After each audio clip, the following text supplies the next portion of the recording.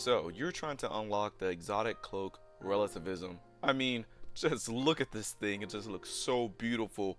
Well, I'm going to be showing you a step-by-step guide how to get this. I'm going to assume that you already have the first part completed, so I'm only going to be talking about the exotic mission in this video. Let's get started. Before starting this mission, you should know one thing. There needs to be a light subclass user and a dark subclass user. I believe if you use a prismatic class, or if you both use it, it really won't have an effect. So to start this, you need to pick who's going to be light and dark. I decided to be light, so I'm going to go to the left, and then the dark will go to the right. You step on the place at the same time to open up this gate. You will now have to make your way through enemies. You don't have to kill them, you can literally just run right by them. Some people choose to kill them for some reason, but you can literally just run right by them so you can get to the next gate.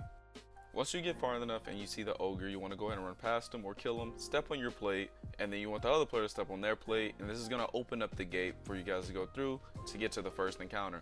Remember, this mission is timed, so you have to be on your feet at all times. Here's how the first encounter works. Whoever chose darkness needs to go to the top plate, and whoever chose light needs to go to the bottom plate. This will start the encounter. Now, upon reaching the bottom, you'll see two pedestals, which something belongs on top of them. Now, in order to get the things that's going to be on top of this, which are the symbols, you're going to have to kill a centurion that only you can kill with your light, because you chose light. Vice versa for darkness as well. So if you were dark, you were to kill your knight up top. Here's what a centurion looks like. You're going to kill it, and you're going to get a mote of light buff that you will need to pick up in order to see the symbols that the top person needs to shoot. Upon picking this up, you will now see my first one was gift. So I will tell them up top, hey, gift, and then I'll end up shooting the crux that shows the gift above it. And my second one was grief, so I'm gonna tell them grief, and then they're gonna shoot that one second. Now let's say you don't know any of the symbol names. Here's a picture right here, screenshot for later. When your teammate above shoots both of the crux in the correct order, in the chat you will see a paracausal energy gathers around you, and then you'll be teleported to the next room. Now here's what's gonna happen.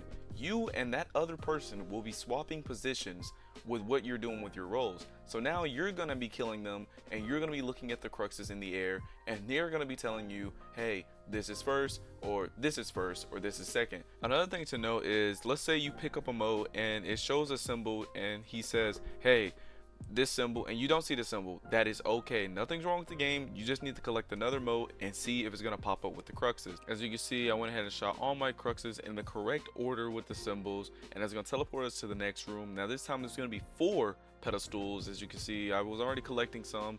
As you can see, the first one was fountain, traveler, so on, and this guy just comes out of nowhere. Went in and obliterated him. So fountain, traveler, worship, light. That's all I need to know, and I'm gonna tell him, hey, fountain, traveler, worship, light, and it's gonna go from left to right. Do not go right from left, and you will end up getting punished. From now, you're gonna be doing a jumping puzzle. Now I'm gonna speed it up so you know where exactly to go. You can slow down if you would like, because it's in 2 times speed, but here you go.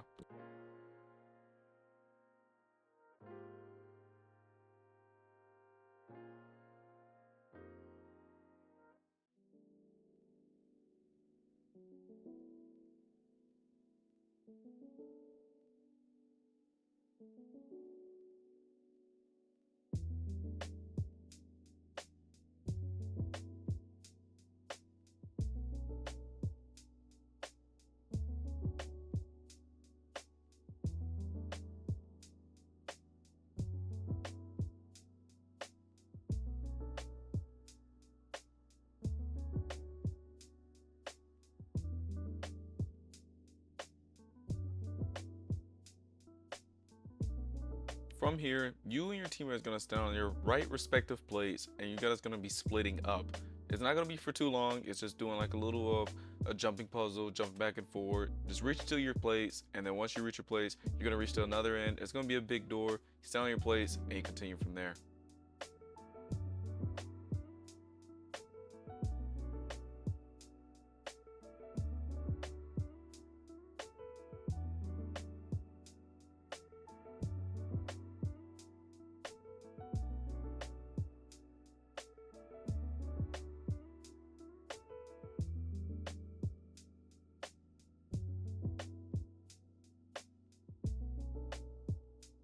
After making your way through the whole jumping puzzle, you're now going to enter your second encounter. This was a little finicky, but bear with me. You and your teammate are now going to step on these plates to start the encounter. There's going to be a giant metric clock that's going to pop up in the middle of the map. Now you're gonna go ahead and count these and see which ones are on for you. Your teammate's gonna do the same thing, and you guys need to figure out what numbers you have that match. Here's a metric clock so you can go ahead and count it faster just in case for the ones out there that need it. And so here's what's gonna happen. After killing some ads, tormentors are gonna spawn. Now this tormentor serves a purpose. The last person to kill it will be able to shoot the locks. That is because they will end up getting the buff called Harmonic Sundering.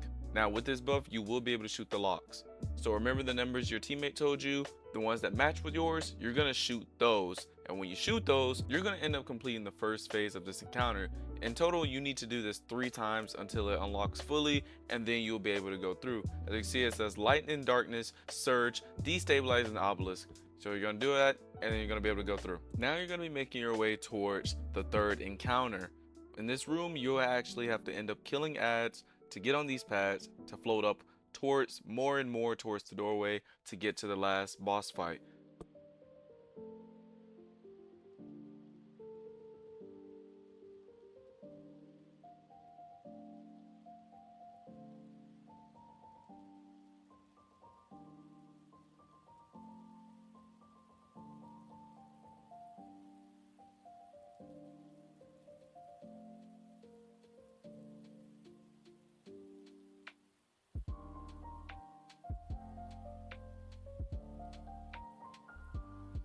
Now that you're in the 3rd encounter, everything you learned, you're now gonna put together. So to start this counter, you and your teammate wanna go ahead and step on these pads, do a little bit of ad clear, and then some wizards are gonna spawn. You're gonna go to the wizard that only you can damage, and your teammate's only gonna go to a wizard that only he can damage. Now when this happens, you will be able to see the symbols from top to bottom that your teammate needs to shoot. You're gonna end up doing this, and he's gonna end up doing this. So just look out for that. Afterwards of dealing damage, he's gonna box up, and then you're gonna be moving on to the next phase of the encounter, which is the safes. Safe clock looking things, as I call them. So here's a little clock around it just in case you need to like read it really quickly. So here's how this is gonna go. Your teammate is gonna say what numbers he has lit up, and you're gonna look at which numbers you have lit up. So let's say for example, he had 12 right there. I have 12, I'm gonna shoot it, and then we're gonna keep going, and we're gonna do it 3 times, and it's really simple, really easy, and then you better deal damage to the boss. And from there, you'll be able to go and collect your loot. But of course, there will be a twist because Savathun's in this mission. You and your teammate are going to both stand on these plates, and then you both are going to die. She's going to give you an ultimatum to either kill each other or love each other. If you really don't care about the loot and you just want to get it over with, I recommend just go ahead and have some fun and just kill your teammate. Just do what you want to do. But if you want to do the duplication glitch where you can get 2 of them, here's what you want to do. When she kills you both are going to spawn in the boxes to either kill each other or love each other.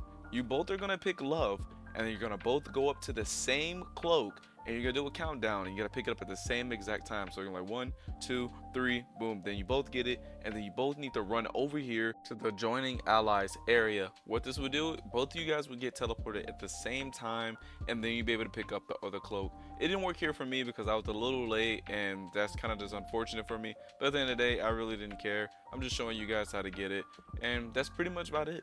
I tried making this tutorial as short as possible and explained it as simple as possible as I could.